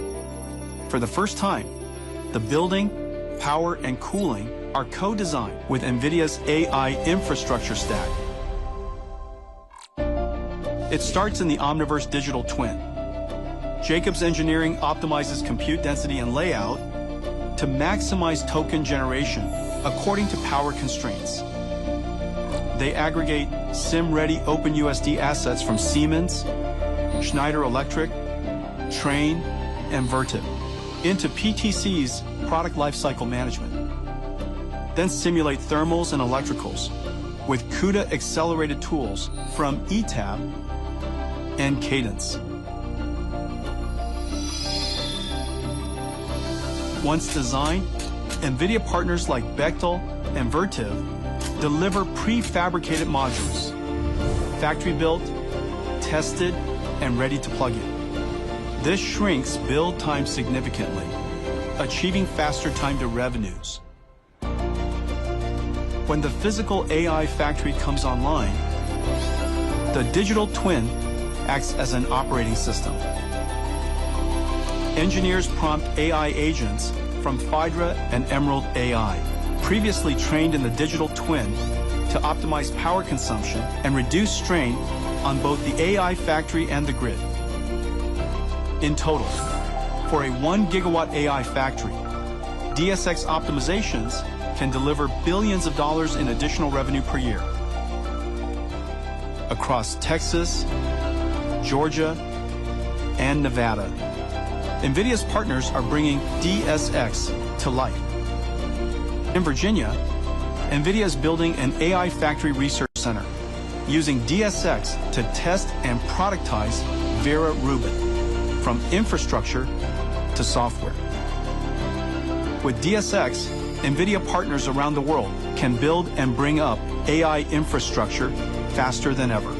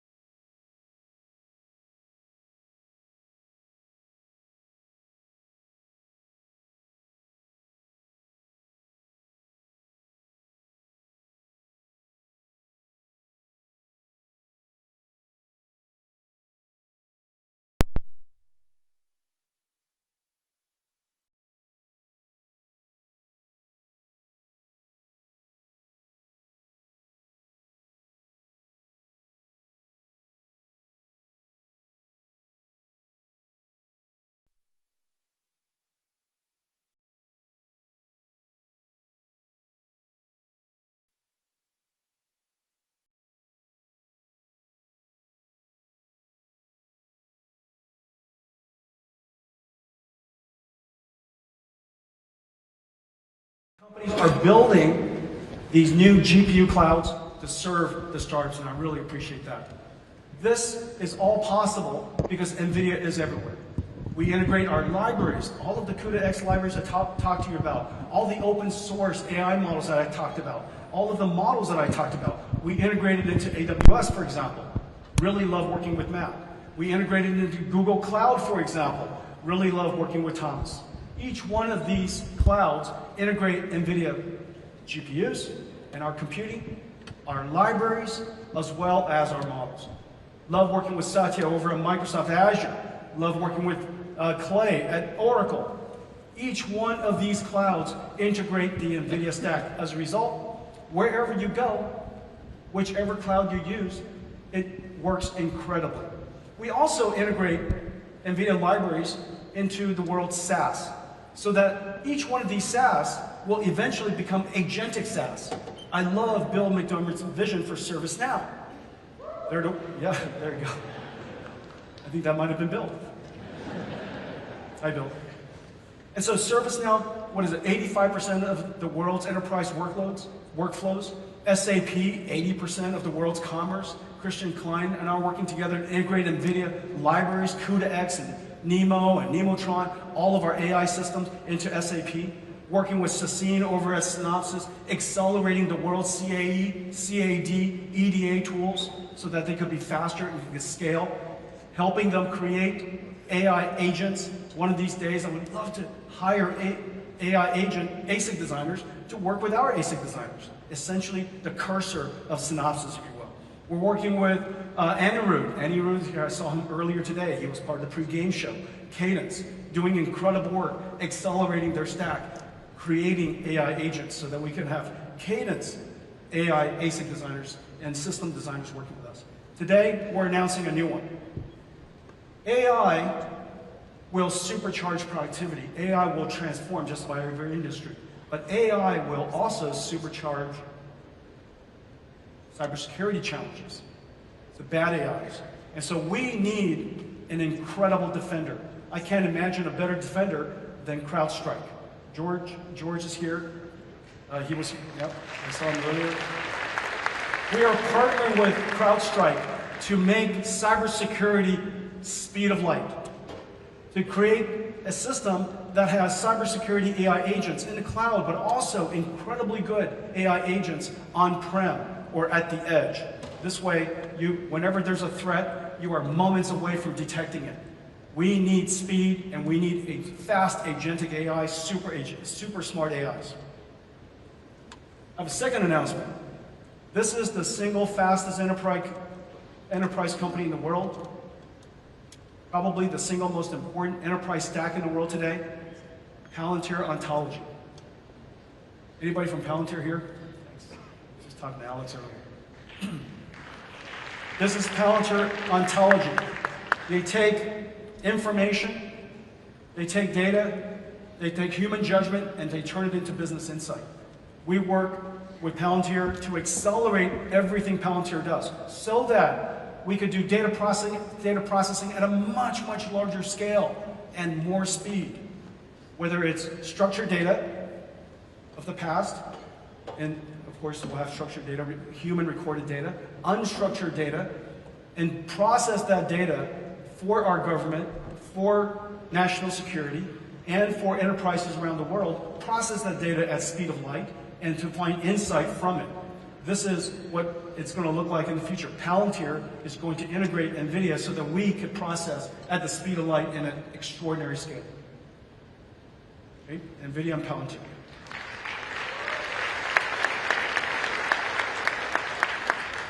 Let's talk about physical AI. Physical AI requires 3 computers.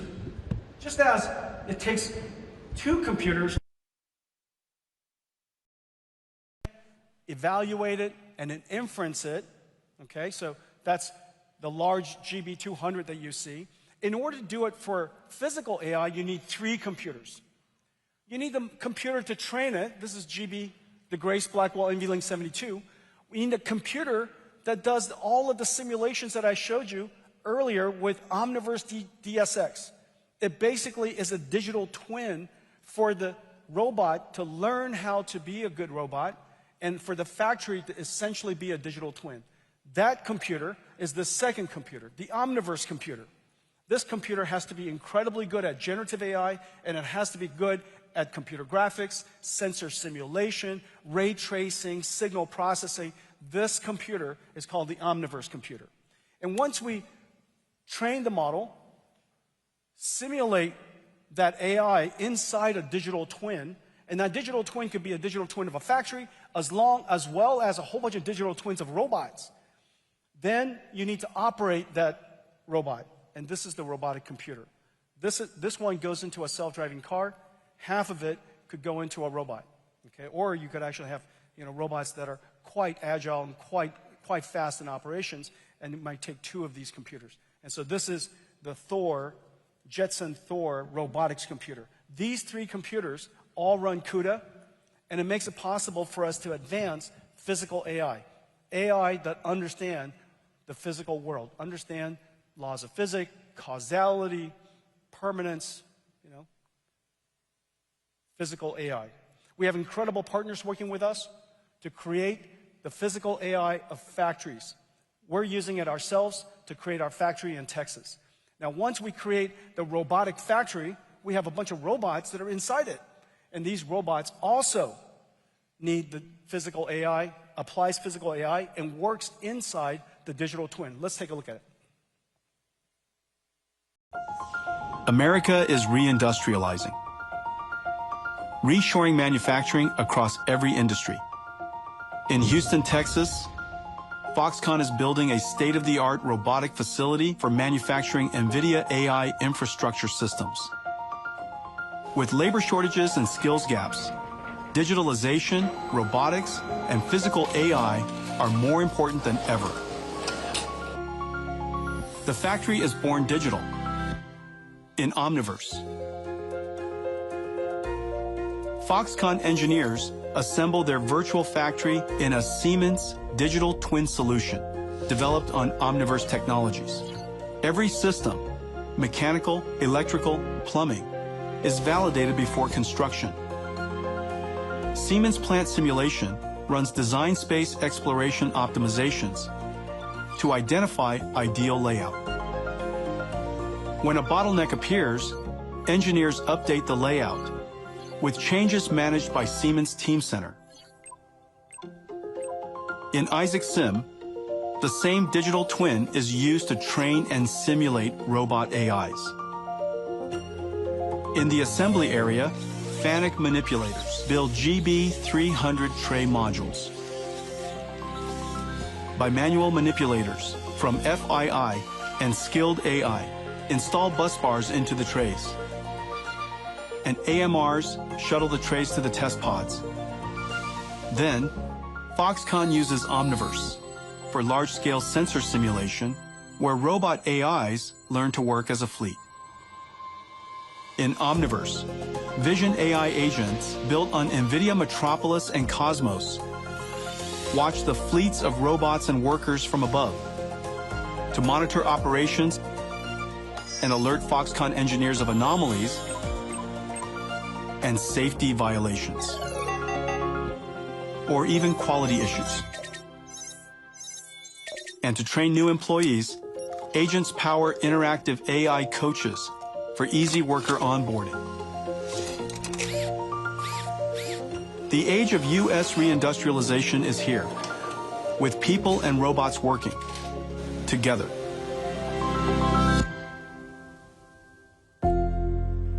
The future of manufacturing, the future of factories.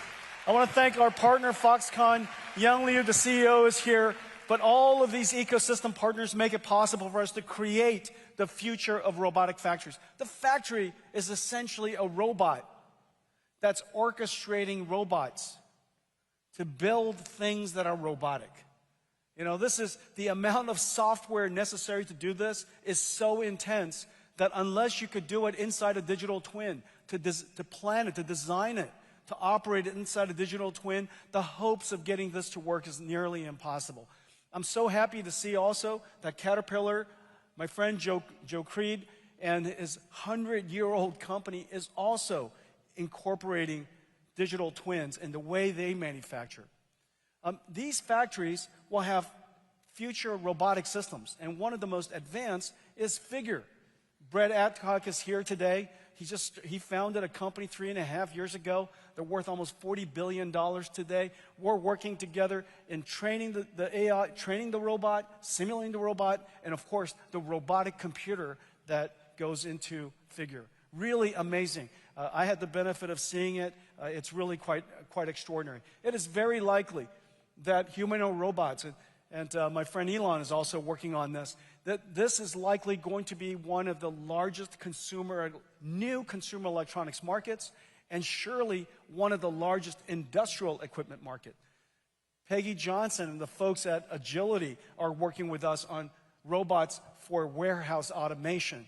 The folks at Johnson & Johnson working with us again, training the robot, simulating it in digital twins, and also operating the robot. These Johnson & Johnson surgical robots are even going to perform surgery that are completely non-invasive surgery at a precision the world's never seen before. And of course, the cutest robot ever, the Disney robot. And this is something really close to our heart. We're working with Disney Research on an entirely new framework and simulation platform based on revolutionary technology called Newton. And that Newton simulator makes it possible for the robot to learn how to be a good robot inside a physically aware, physically based environment. Let's take a look at it.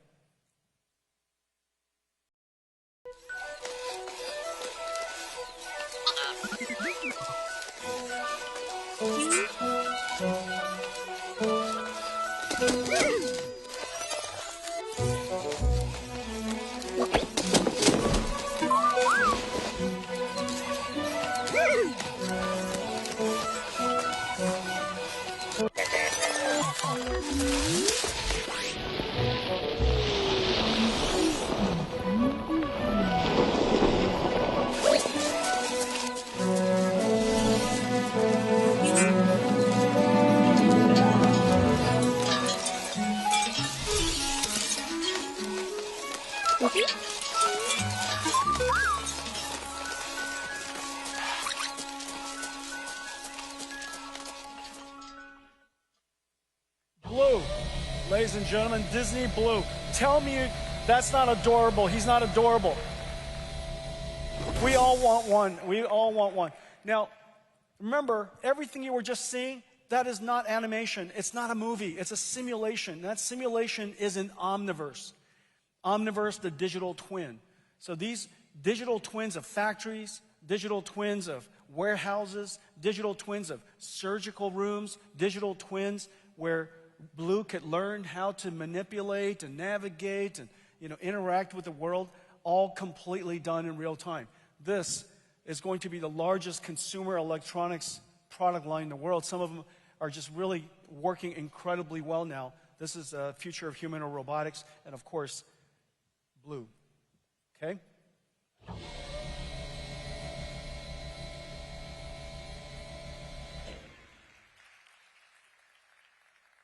Now, humanoid robots is still in development.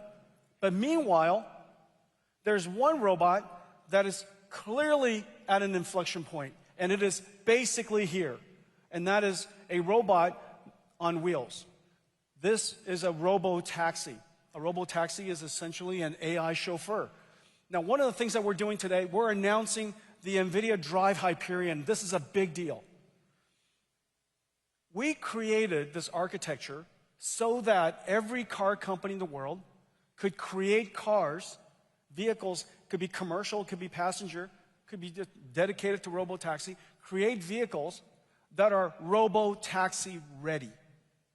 The sensor suite with surround cameras and radars and LiDAR make it possible for us to achieve the highest level of surround cocoon sensor perception and redundancy necessary for the highest level of safety.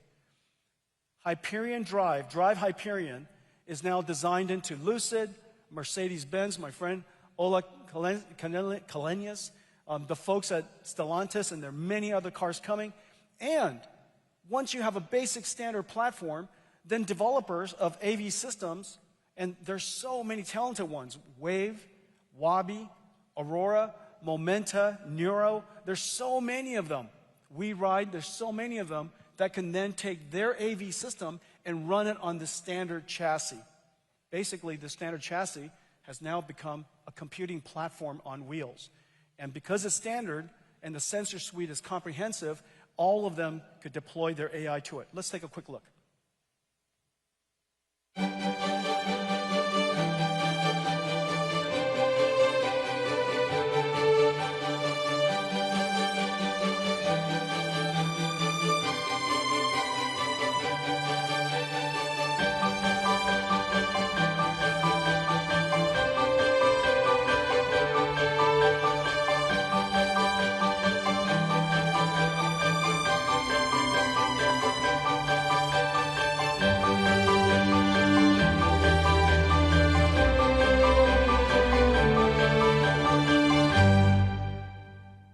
Okay, that's beautiful San Francisco. And as you could see, robo-taxi's inflection point is about to get here. And in the future, 1 trillion miles a year that are driven, 100 million cars made each year. There's some 50 million taxis around the world. It's going to be augmented by a whole bunch of robo-taxis. So it's going to be a very large market. To connect it and deploy it around the world, today we're announcing a partnership with Uber. Uber, Dara K. Dara is we're working together to connect these Nvidia Drive Hyperion cars into a global network. And now in the future, you'll be able to hail up one of these cars, and the ecosystem is going to be incredibly rich, and we'll have Hyperion or robo-taxi cars all over the world. This is going to be a new computing platform for us, and I'm expecting it to be quite successful. Okay. So this is what we talked about today. We talked about a large number of things. We spoke about, remember, at the core of this is two platform transitions from general purpose computing to accelerated computing. Nvidia CUDA and those suite of libraries called CUDA-X has enabled us to address practically every industry, and we're at the inflection point. It is now growing as a virtuous cycle would suggest. The second inflection point is now upon us. The second platform transition, AI, from classical handwritten software to artificial intelligence. Two platform transitioning happening at the same time, which is the reason why we're feeling such incredible growth. Quantum computing, we spoke about. Open models, we spoke about. We spoke about enterprise with CrowdStrike and Palantir accelerating their platforms. We spoke about robotics, a new, potentially one of the largest consumer electronics and industrial manufacturing sectors. And of course, we spoke about 6G. Nvidia has new platforms for 6G. We call it ARC. We have a new platform for robotics cars. We call that Hyperion. We have new platforms even for factories. Two types of factories. The AI factory, we call that DSX. And then factories with AI, we call that Mega. And so now we're also manufacturing in America. Ladies and gentlemen, thank you for joining us today, and thank you for allowing me to bring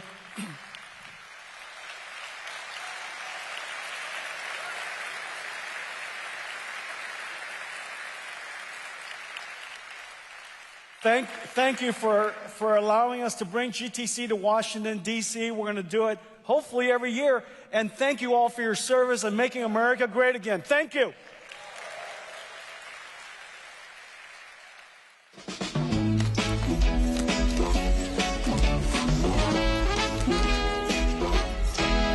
We start with a handshake, solid and true. One step at a time, we're breaking through. We're stacking dreams high. Side by side, we'll touch the sky. Handshakes and high hopes, we're making our way. Shoulder to shoulder, come what may. Shared vision brighter than the sun. Friendship and business rolling as one.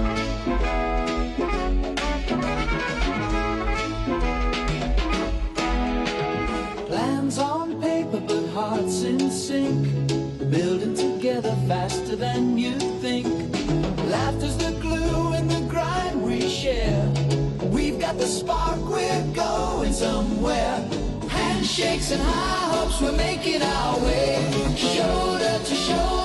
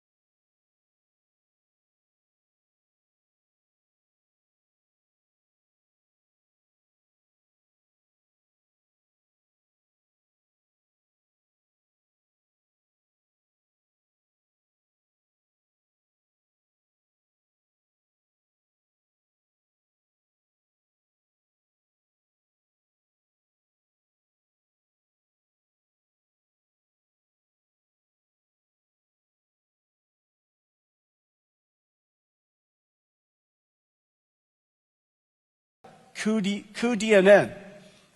The library on top of it called Megatron Core made it possible for us to simulate and train extremely large language models. The list goes on. Monai, really, really important. The #1 medical imaging AI framework in the world. By the way, we're not going to talk a lot about healthcare today, but be sure to see Kimberly's keynote. She's going to talk a lot about the work that we do in healthcare. And the list goes on. Genomics processing. Ariel, pay attention. We're going to do something really important here today. Quantum computing. This is just a representative of 350 different libraries in our company. And each one of these libraries redesigned the algorithm necessary for accelerated computing. Each one of these libraries made it possible for all of the ecosystem partners to take advantage of accelerated computing. And each one of these libraries opened new markets for us. Let's take a look at what CUDA X can do.